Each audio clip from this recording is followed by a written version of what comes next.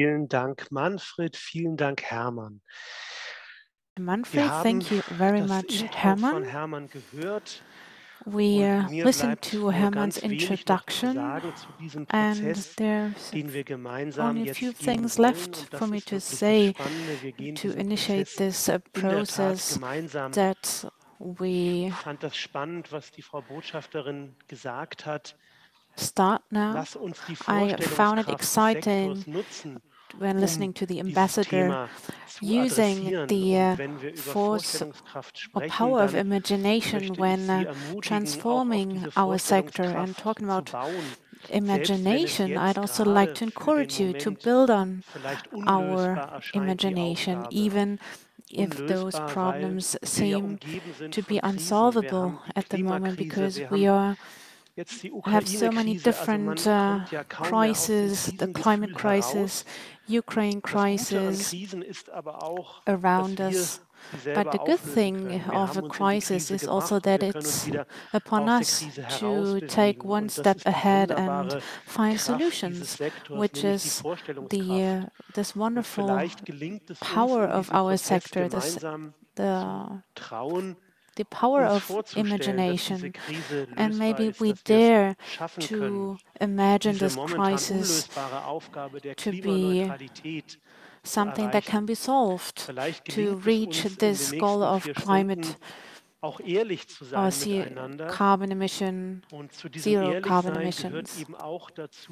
But we have to be frank, which also means that we have to look into each other's eyes and put us in someone else's shoes. And culture will play an important role in this transformation, because we need the impulse of many different areas of the population. For today, this means that we, together with Hermann Lugan and Manfred Stoffl, we discussed what do we need? Haven't we talked enough already? There are so many different processes available already. Which new processes do we need? And when we launched the Where to Land initiative, or when we try to understand it, it's about being frank, about trying to ask those questions that we might not be able to answer yet. Maybe raising questions where we haven't found answers to yet, building up a safe space for discussions. And maybe also thinking about innovation, meaning that new things can only be brought up when some old things move away, which is also one important characteristic of culture, being able to reinvent itself, which also means that we have to understand what will be gone possibly in the future. So in our first sessions, we try to have a look at the political institutions, having a panel discussions on a political level. And I'm very much looking forward to our three wonderful speakers. Mrs. Barbara Gessler, she's the head of the Creative Europe program at the European Commission. You may also be familiar with the program, but I'll ask you a few more questions. We also have the president of the Institut Français with us, Eva Nguyen-Binh and Manfred Stoffl from the German Goethe-Institut. So very exciting institutions dealing with these challenges. And I'd like to start out with a question to Ms. Gessler. European Commission and the Creative Europe program may be something that many people have already heard of, but according to your perspective, what is the current challenge for the culture sector dealing with sustainability, and which role can the European Commission play in this regard? Assisting this sector to accelerate or speed up this transformation. I hope you can hear me well. I'm still in Dresden, connecting from the Theater Forum. No, I'm virtually still in the Theater Forum background, but physically I am sitting in a different place discussing a topic very related to today's topic, which is gender equality. And this is also an event of the French presidency. Together with the Institut Français, we set up this event. So I'm having this special franco-allemand feeling. So, bonjour à tout le monde. I'm very excited to see so many different participants here today, and some of you already had the chance to work with us, to support us. And for those who haven't made it, we just launched a new tender for cooperation. So I'm looking forward to cooperating with you again in the future. Between 2014 and 2018, the topic of sustainability hadn't been so important to us yet, or as topical. Now it's one of the big topics of the European Commission, which also Hermann mentioned. And what we saw is that many of our projects are already working in this field. We listed a whole range of different projects, like Julie's bicycle, or when UK was still part of the European Union, we worked very closely with the Scottish members. So we think this is a very important value to the European Union, and we don't have to reinvent the wheel, especially when talking about best practices. We see that there are already many different projects dealing with sustainability in very different ways. For example, looking at the environmental costs that their activities cause.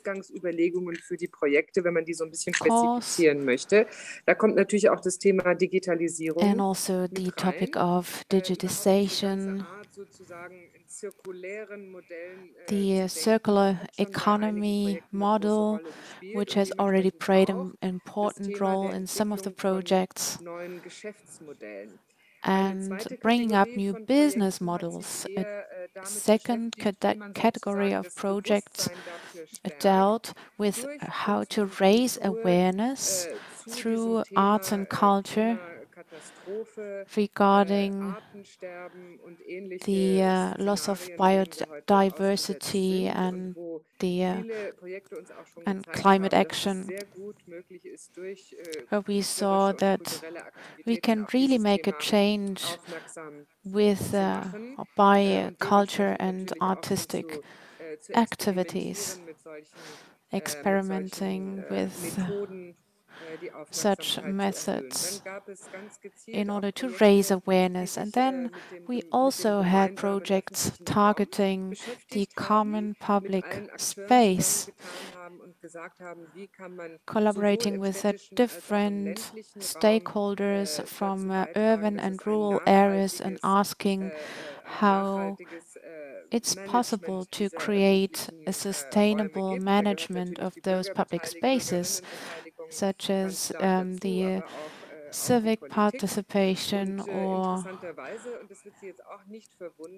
political stakeholders. And something that may not surprise you, Techniken zum Beispiel vom Handwerk eine sehr, sehr große Rolle gespielt, weil vergessen wir nicht, wir The revival of artisanal practices has been very important.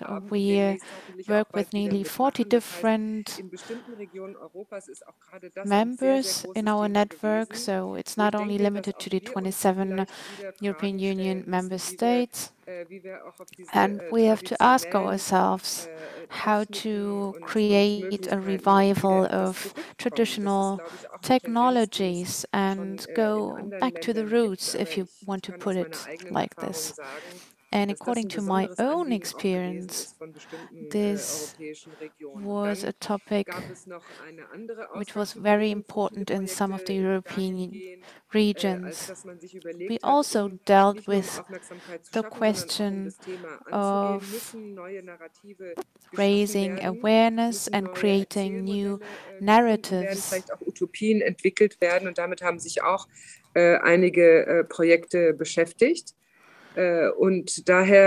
Utopias, creating new projects. So Creative Europe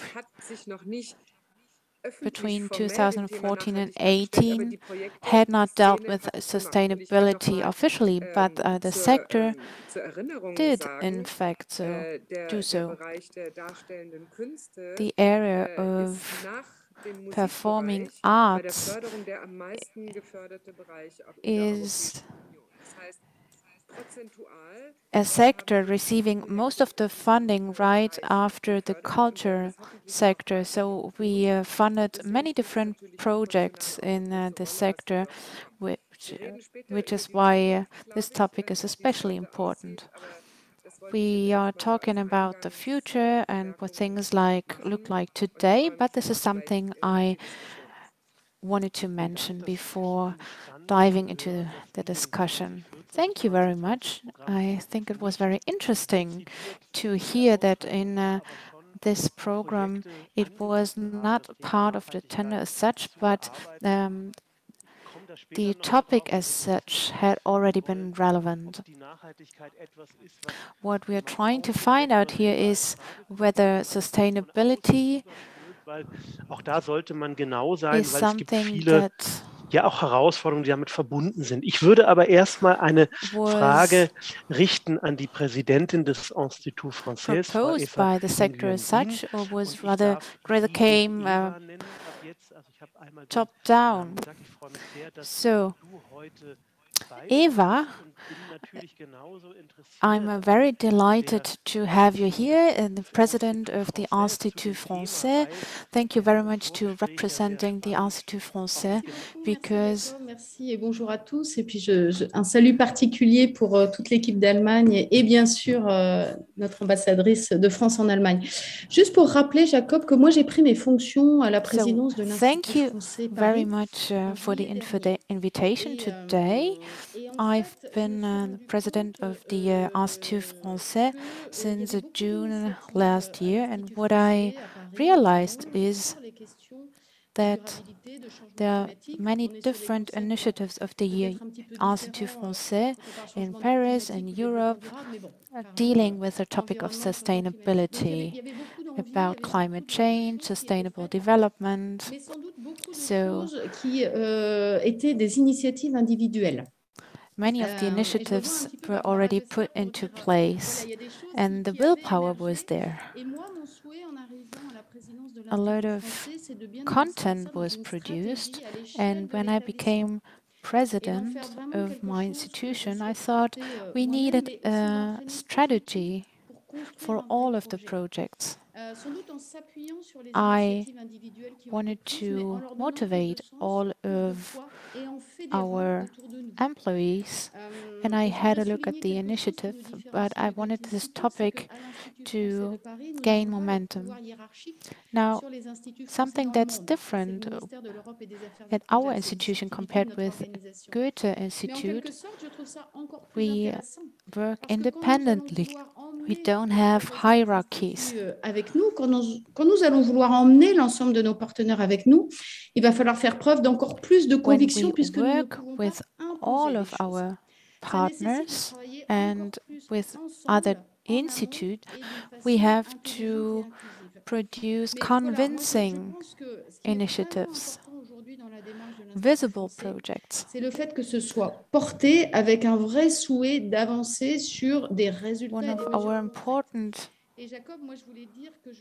responsibilities is to look ahead. And I very much identified to what was already said. Some might think the challenge is too big, we'll never make it. On the other hand, there's the strong willpower to really make a change. On the other hand, we're also forced to do something about the current situation.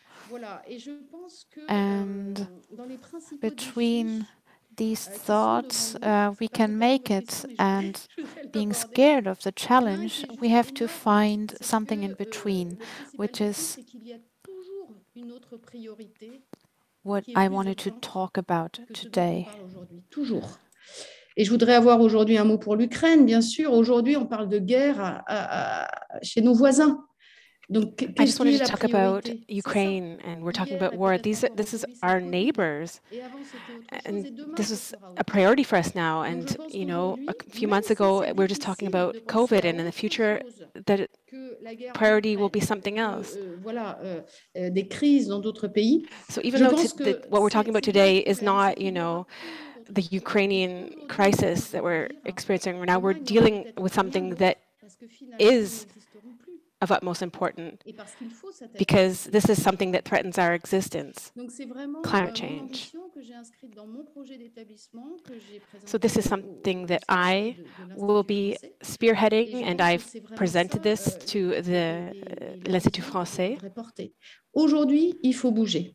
What I would like to share with you is that today we really need to move, and I want to just end it here because I think we're going to get into the how and the when and what we can do, and I'm looking forward to taking your questions later. Vielen Dank, Eva. Ich würde dann in der nächsten Runde einmal noch nachfragen, aber das mache ich dann.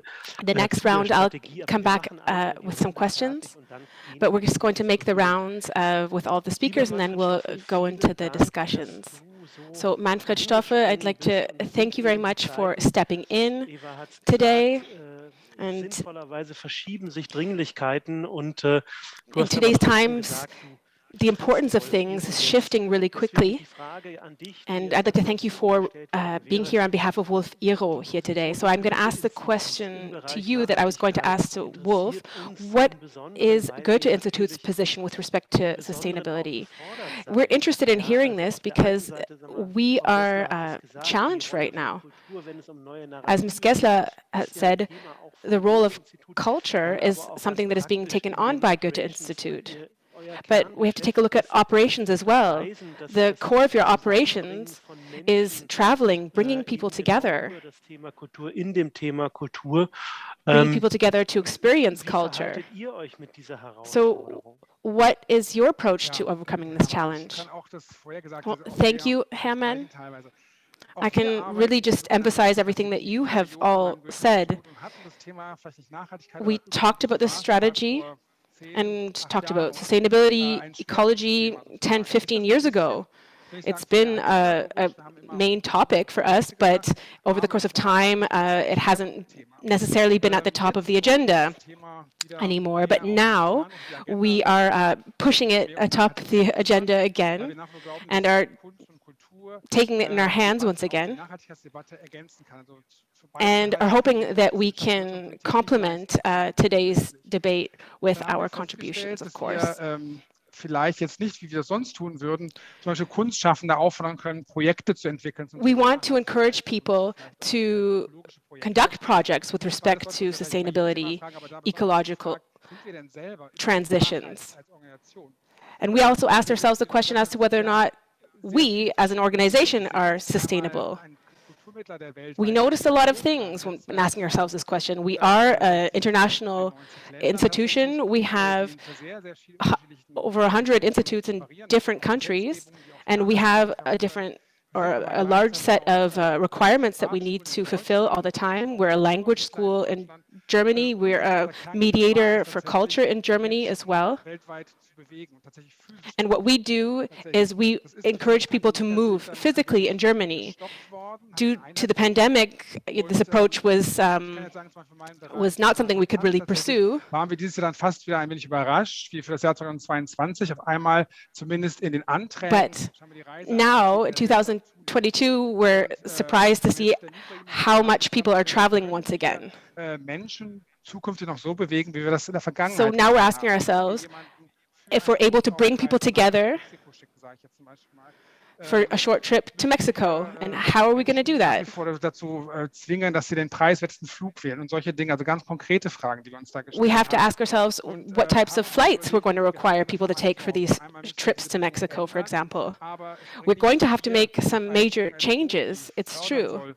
Einfach unsere Programme ändern. Wir müssen dann natürlich auch was leisten. We're not going to be changing our programs, but we're going to have to make sure that those working in this sector are able to fulfill these requirements, that they can afford to do so even.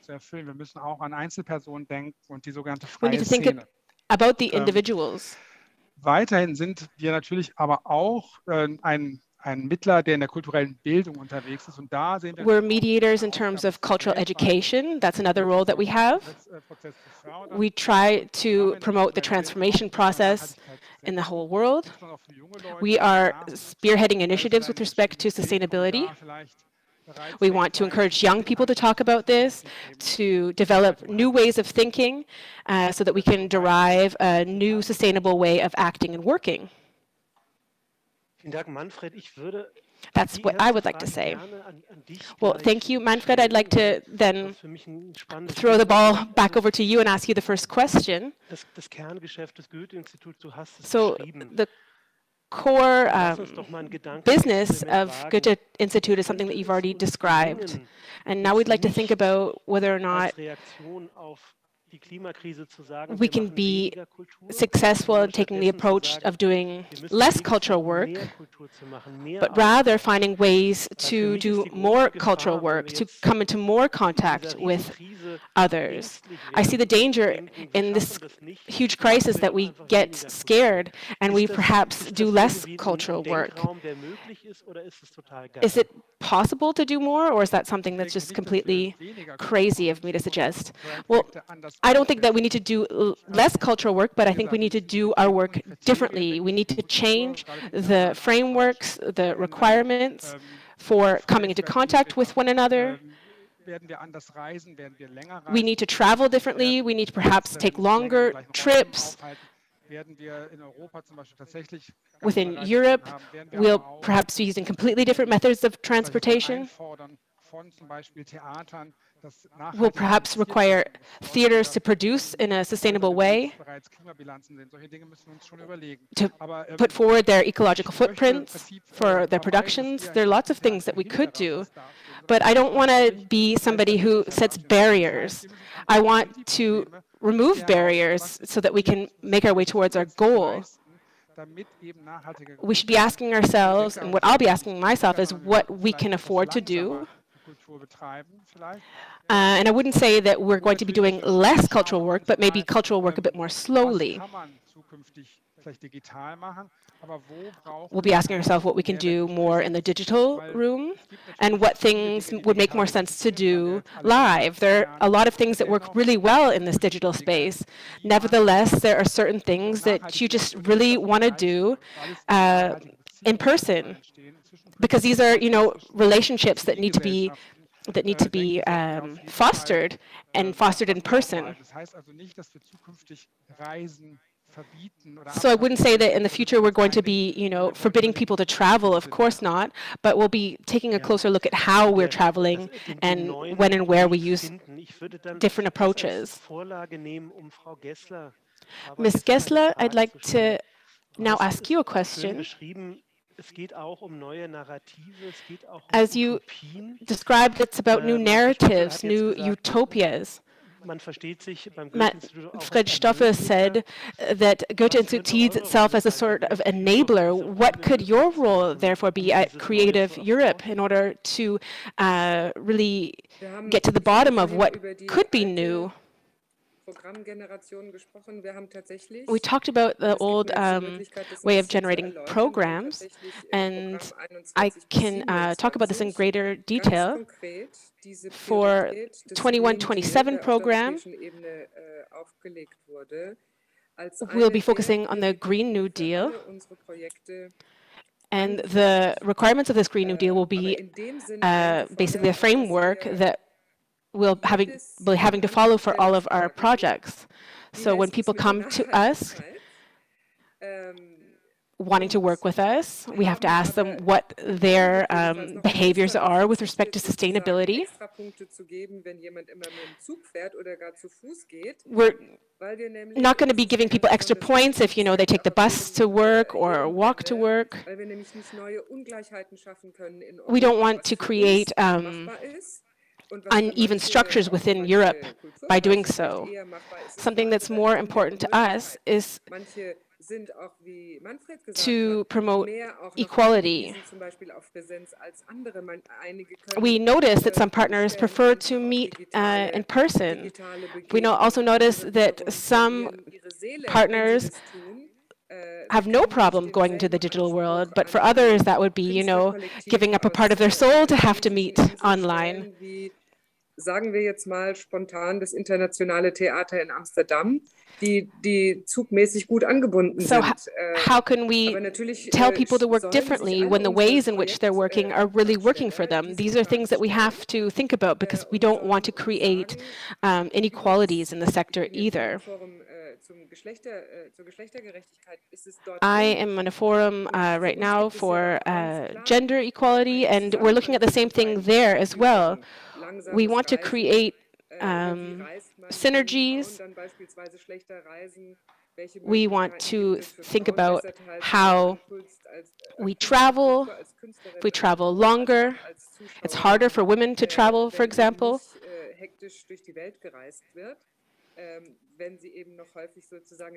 Perhaps people can be more creative when they're not traveling hectically across the globe.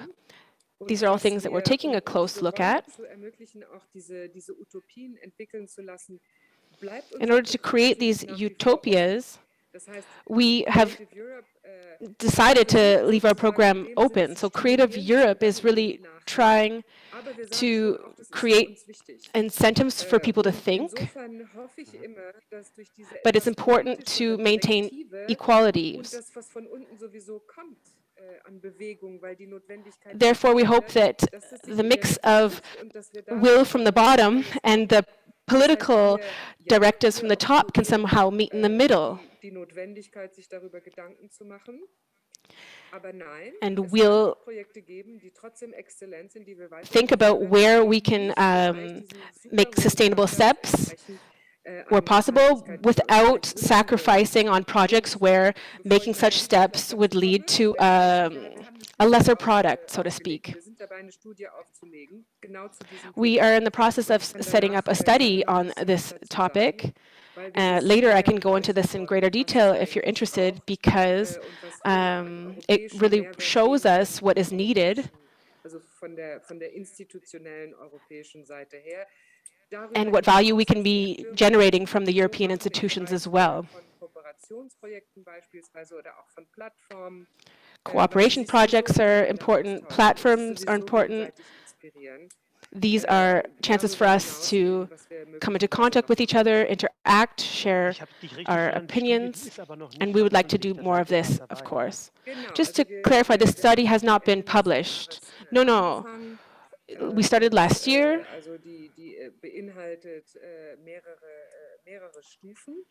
And there are different steps to this study.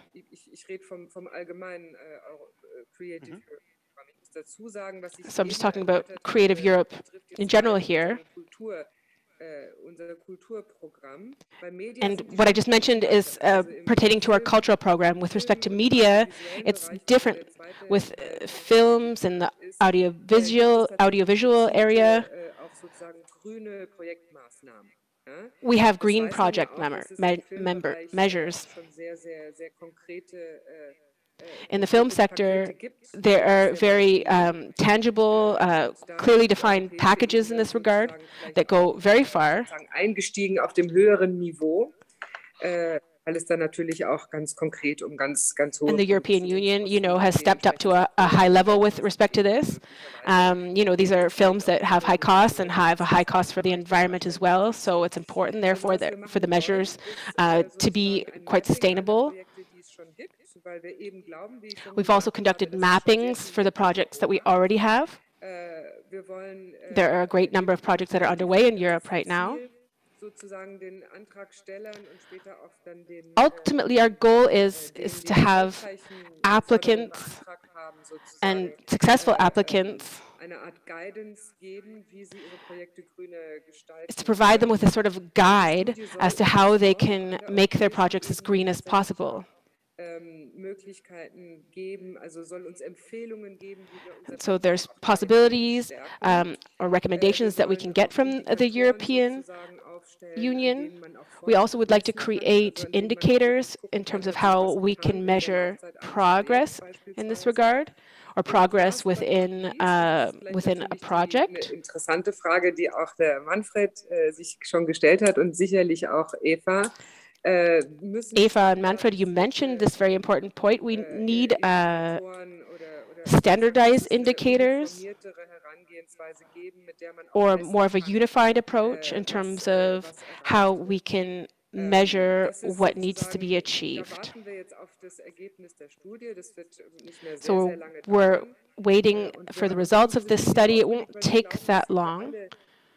We created this study because we thought it would be something that would be very interesting for everybody. It's quite a hands-on study and gives people something that they can orientate themselves with. Jakob, I just wanted to ask a question here from Annie Bozeny. Yeah, I saw that, but I just want to go around the circle here, and then I will bring Annie Bozeny into the conversation, of course. Well, thank you, Barbara, for your contributions.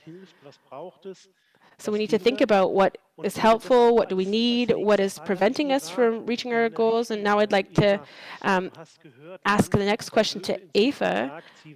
As you heard, Manfred from Goethe-Institut said that they want to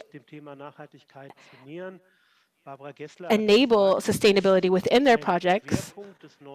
But as Eva said, this is a new crucial topic of their program, but more of something that motivates their actions. At l'Institut Français, you spoke about a extended strategy, and I'm interested to hearing about the key points to your strategy. So we're in the process of constructing our strategy right now. It's quite an ambitious topic, and it's not all set in stone right now, but there are key points here. So firstly, we need to think about what we are doing as individuals, employees working at l'Institut Français. We need to think about us as individuals and then what we're asking of our partners. We have all of our actions that we take have effects on ourselves and others, and we need to make sure that we're acting in a way that can be a role model to others. It's important to create incentives. How do we incentivize people? How do we motivate people? Ce sera effectivement très intéressant. Toutefois, et là je reviens sur la question de Barbara, sur la question de la standardisation des critères, je pense que c'est quand même aussi très important d'être réaliste sur ce qu'on va pouvoir demander. Now I'd like to go back to Barbara's question with respect to making criteria more uniform. I know that we need to be radical, we need to be fast and make changes because we're late to the party, so to speak. But if we're wanting to be successful, or our success rather, is due to the fact that our public, our audience, accepts our projects. We are working with partners in Mali, in the United States as well, but can we expect the same from partners in Cambodia and other countries? We have to think about what we're expecting from people. It's important to bring as many people on board as possible and not leave anybody behind, but this can't always be uniform. We want to be productive, of course, and when we're talking about adapted measures, we need to think about fairness. Manfred already mentioned something important, slaughtering.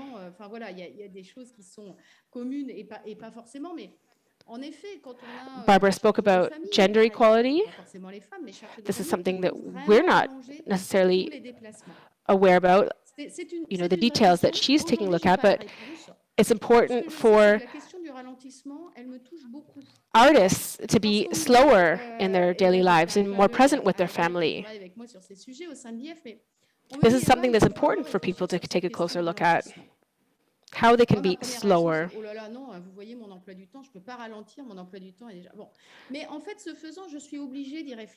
So I didn't know I had to think about being slower, but now that it's been, put into my head, I'm learning how to think more slowly.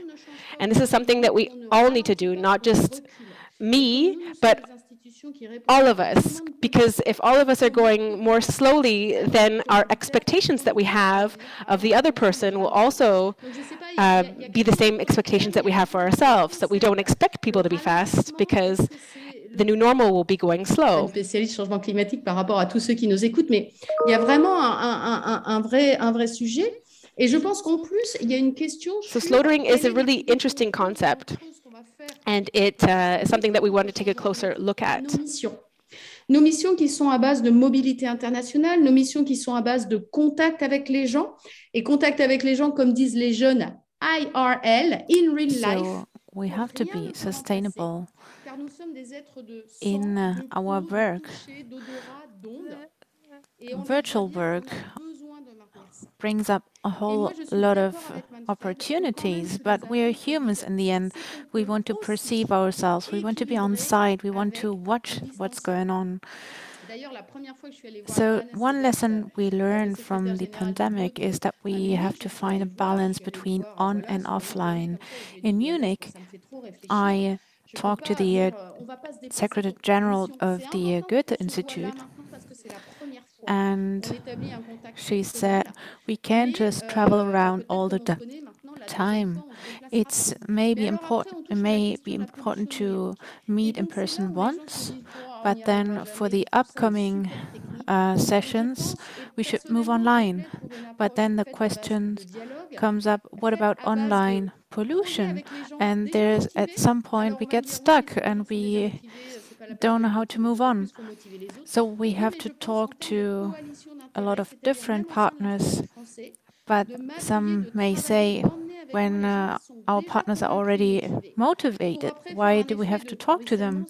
Those partners who are already motivated and convinced are those who can be role models and encourage others, be a role model to others for change. I am deeply convinced that we're able to face those challenges, to live up to those challenges and agree upon solutions. Actually, today I wouldn't have been available, but then I thought, no, this topic is way too important to not take part in this conference. So I'm very delighted that we as a Institut Français will have a very first... Alors là, moins 5%, moins 25% en 5 ans, en fait. Donc l'objectif, il est super ambitieux. A firm target that we set, we want to reduce our emissions by 25%, and we calculated our climate footprint, but we also have to make sure that we don't generate inequalities, and we have to understand what others need, and that every need can be individual, and we are different at the same time. I may have already talked too long now. Something I found very interesting was how you showed what you aim at in the future, and for your sincerity, saying that we need to learn from each other, but we also have to be tough and severe, and on the other hand, still believing in making a change and creating a better future. Annie Bosini, who will have the floor later on, raised her hand. So Annie, I'd be very delighted if you could bring in your contribution now. J'étais contente de voir sur mon écran à la fois Barbara, Eva et Manfred, parce qu'elles s'adressent spécifiquement à eux trois. Manfred, Barbara, and Jakob, I was very happy to see all of you on the same screen. You already pointed out some of the answers. Your mission is closely linked to mobility. There are 160 or 170 Goethe-Institut and Institut Français in the world, and when we look at what's done at Creative Europe, we see how important mobility is, because it's about uniting people from all around Europe. It's about enabling them to also meet in person. So Eva, I was wondering, how can we find a balance here? How can we make sure that all of the needs are met with the culture and language, those topics that you work with? What's your approach on mobility and the ecological question of sustainability? How do you find the right balance between all of those topics? Institut Français was said to be a travel agency for artists, to make sure that French artists working for Goethe-Institut, of course, they want to travel, they want to be visible and be known. So how can we make sure that we become more sustainable when our mission is actually travel or mobility? So this important part of mobility is nothing that we can deny here.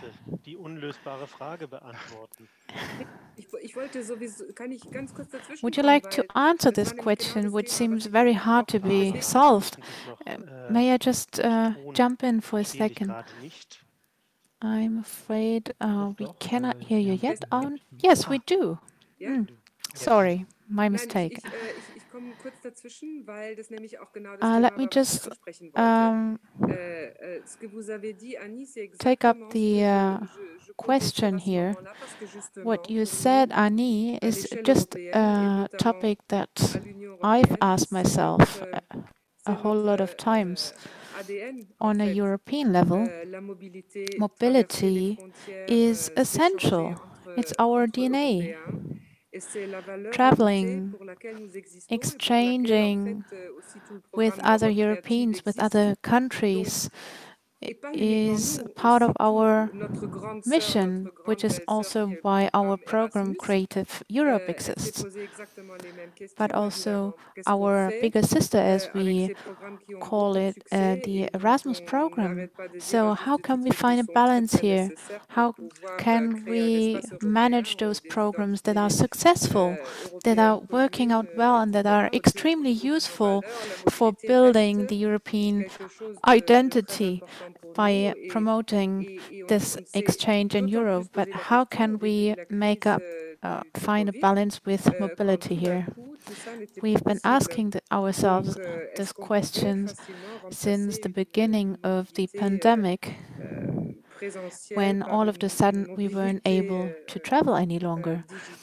How were we able to be mobile online? Is there an online mobility that exists? A virtual mobility? How can we make sure that our work lives up to sustainability?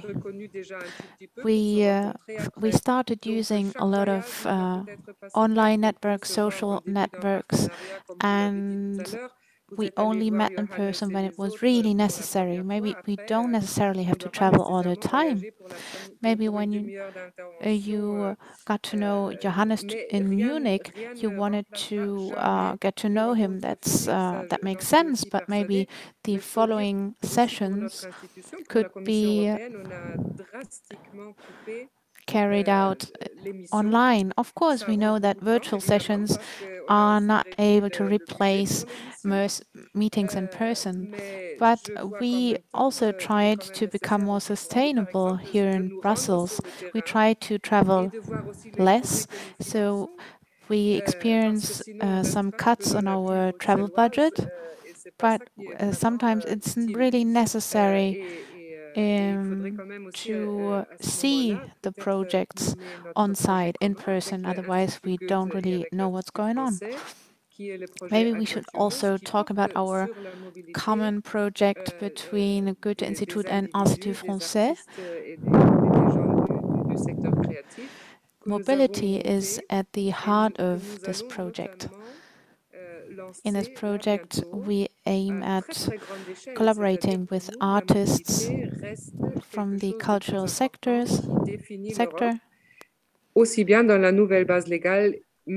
where mobility is fundamental and also the future of Europe.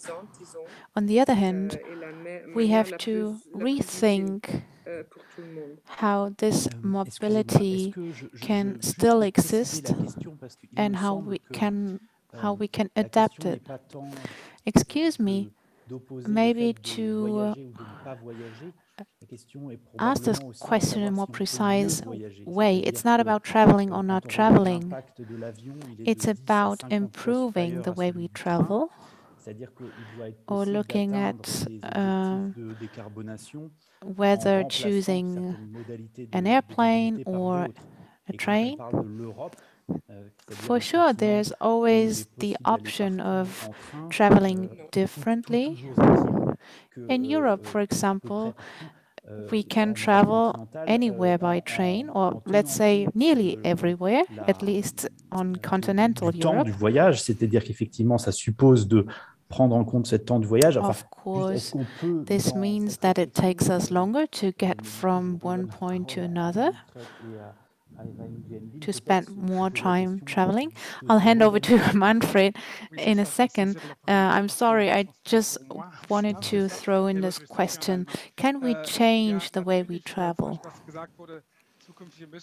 What you said, in the future, we don't have to travel around the world for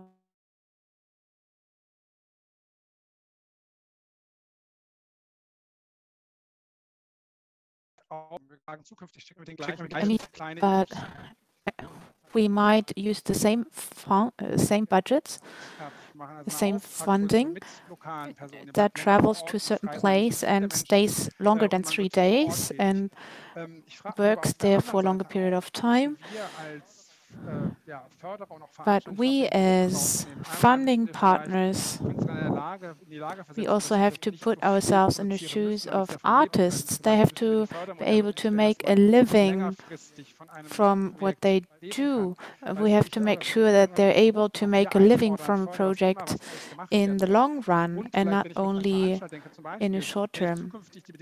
And also, when I set the condition of sending an ensemble to not only to Toulouse, but also to 2 different other places. There are a lot of different factors that we have to take into account as funding partners, and we have to adapt our funding models in the long way, in the long term. Dass sie sagen, okay, wir teilen uns tatsächlich Gastspiele, wir teilen uns Künstler. Und da ist natürlich saying that we split the funding between different funding partners, for example, when we have guest performances and so on. Eva, du wolltest etwas Thank sagen. you. Eva, you wanted to mention something. Oui, je voulais abonder dans le sens de mes collègues. Yes. D'abord, je pense que maybe just coming back to what my colleague just said, I totally agree.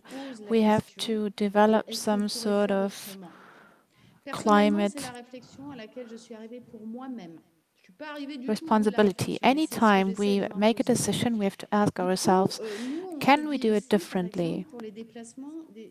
I haven't found the full answer yet myself, but we have to ask ourselves this question. For the employees of Institut Français, we ask ourselves, can we take a train? Do we have to take a plane? Do all of the members have to really be on site and travel? As a president of the Institut Français, I used to be on the plane every day. And then we have the personal question or individual question. Will we be able to spend more time at a certain place?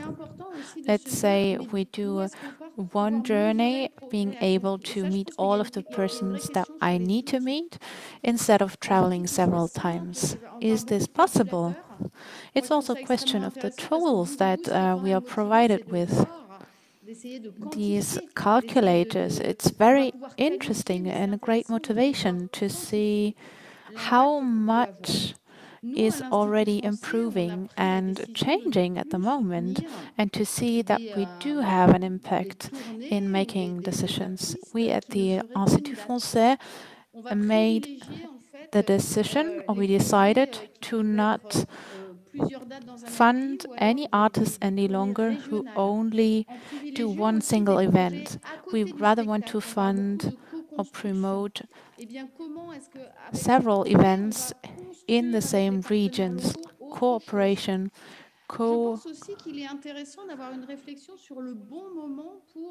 performing, as we say, together with regional artists. And then we also have to pay attention to the seasons or to the factor of time. Some artists may want to push their career and they depend on visibility to become more well known. So we should give them the opportunity to become visible and to travel. So we shouldn't limit them too much either. So this question of sustainability is something that always have to be taken into account, but we shouldn't limit the artists too much. So I hope that this year we'll be able to close our strategy, but no matter what the results will be, we also they have to be binding to everyone and realistic. Otherwise, we won't have a choice. Just a very brief question here. I think it's very interesting, but when you say we don't fund any artists anymore who only play one single event, what about participation here? And about the young artists, it will be very difficult for young artists who are not well known to have several events instead of just one. How can we support those? Of course, we ask ourselves this question.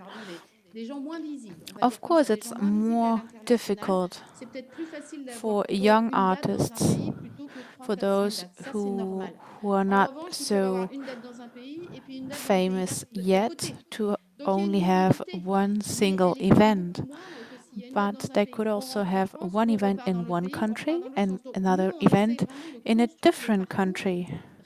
But it shouldn't be about traveling to one single country for just 2 days, but to rather stay in a certain region and not being there only for one single concert, but also to build new projects with local partners. I know this is challenging, especially for those who may have to stay in a certain area for more time. Now, what about those who have a family, as Barbara said? So we make sure that we don't discriminate anyone. So there are a lot of pros and cons here that have to be taken into account, making sure that we encourage people, that we have the right incentives. It's not that easy, and we know that. There's nothing easy about this question. It's challenging, but we know two things. We have to do something about it. And because it's difficult, we can just start somewhere. Ein wunderbares, fast Schlusswort von Eva. Es ist alles thank you very much, Eva. It's all quite difficult, but that's something that we all can agree with, and so it's a good starting point for us all. We didn't invite you all here to give us the answers. We just wanted to be honest with each other and to get our hands on the problem. Travel, mobility, of course, poses a challenge for us. It was also important for me to hear from all of you that you didn't want to do less cultural work in the future, but rather find new ways of conducting this work or new ways of conceptualizing this work. And for this, we need to have a new way of thinking about such topics. And I think it's great that the Goethe-Institut, together with Creative Europe and l'Institut Français, are coming together to talk about this. I'm happy that we're trying this together, getting our hands wet together, and in this spirit, I would like to hand the torch over to our next speaker, but in closing, I would like to first ask a question. Do you believe that we can accomplish this? Or do you think that we won't? Who's going to start?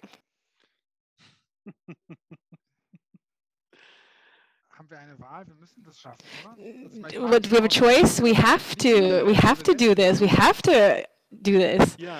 We have to overcome this. Eva? I don't know if we're going to succeed in quotations. I mean, I want to be honest here, but what do I want? I want to know that if we don't succeed, it's not because I didn't try. Honnêtement. Mais c'est là où il y a un tel brassage d'idées, c'est là où il y a une invention de nos imaginaires. No one can say that our sector isn't already sustainable, but in our sector, we are such creative people. And when I say we, I mean not just us, I mean also the artists that we're working with all the time. They have an unbelievable imagination. And I think that we have it within our hands to be able to do something. It's up to us to come up with a creative solution. So we have to do something. We also need to have concrete offers being made to us on a political level, of course, but we need to have tangible measures that we are envisioning. For all of this, we need more money, of course. Is this a question of money at the end of the day? Well, yeah, because we need money. Everything is getting more expensive. But not in all respects. Perhaps money isn't the answer to every single question. There are perhaps different solutions. Take a look at flying, for example. If we don't fly anymore, well, maybe not flying will be more expensive for us. We need to talk to the authorities about this. What about when there's a law that's put into place that prevents us from flying, for example? This changes everything. Therefore, we need to be careful, but always remain resilient and creative. We need more money, it's clear, but this money that we receive needs to be invested differently. We need to take a look at not only how we work, pour qu'on puisse convaincre. Voilà. But also convince a wide range of other partners to work differently as well. Aber ich denke, was wir auch noch brauchen, ist ein Haltungswandel. Also einmal bei uns selber. So we need to also change our attitudes, I would like to add. So we're ready to, give things up that, won't hurt us to give up. We also need to maybe feel in less of a rush, as we've heard today, with the slow touring. Maybe we just need to do 3 projects that are really good as opposed to 7 that are just mediocre. Barbara, would you like to add? Well, I don't want to close out the conversation here because what Eva and Manfred have said is something that I support greatly. But what I would like to say is that we have to solve this problem. We don't have a choice. And I'm just, a very small player here in a large institution that is responsible for administration in large parts of Europe and providing funding for large parts of Europe. But from my perspective, I have to say we have to overcome this. And we've listed many reasons for this today. I can see how many people are here today, how many people have ideas. When I can hear your ideas that pop up in all the conversations, I can just really see that we're ready to make steps forward and get this done. Everybody here today are also citizens, and citizens similar to us are thinking about this, and everybody's thinking about what we can do right now to make a step forward. Policymakers are now forced to act, to make measures that help us come forward in this regard. And the situation is quite tragic. We see right now perhaps what's happening in Ukraine, but nevertheless, we're still going to have to move forward with respect to sustainability and climate change. So I think this is a call to everybody to be active. It's better to act proactively as opposed to reacting to problems or situations. But we've also heard from all of you that there are some things we can do better. Perhaps it's better to move more slowly in order to increase our quality overall. This is something that makes me very optimistic. And on this note, I'd like to thank Manfred, Barbara, and Aphid for your participation on today's panel. Haman, would you like to say something? I just wanted to make a quick remark. We have a question. Je propose qu'on reste sur le timing pour faire la pause maintenant. Aviva has a question. Nevertheless, I would suggest we pause right now. We make a break. To a participant, please don't forget your question. We will come back to it later. So we have a good amount of time after the second panel for all these questions, and I'd ask you to save it for that block. We also have another interesting question here. Perhaps the president of l'Institut Français can answer this question. Can l'Institut Français help artists bring their regional projects to life? Yeah, I was just writing the answer as you spoke. There are many factors that play here, but of course we want to help these artists. Of course we want to provide them with the support that they need. We can't, of course, help and give funding to everybody, but when we do so, we help them find partners. Voilà, merci. Jacob, la parole est à toi si tu veux nous inviter à la pause. We help them perhaps come up with new projects and new ways of working. So thank you, everybody. I'd like to thank Eva, Barbara, and Manfred. Participants, we are going to be taking a break now.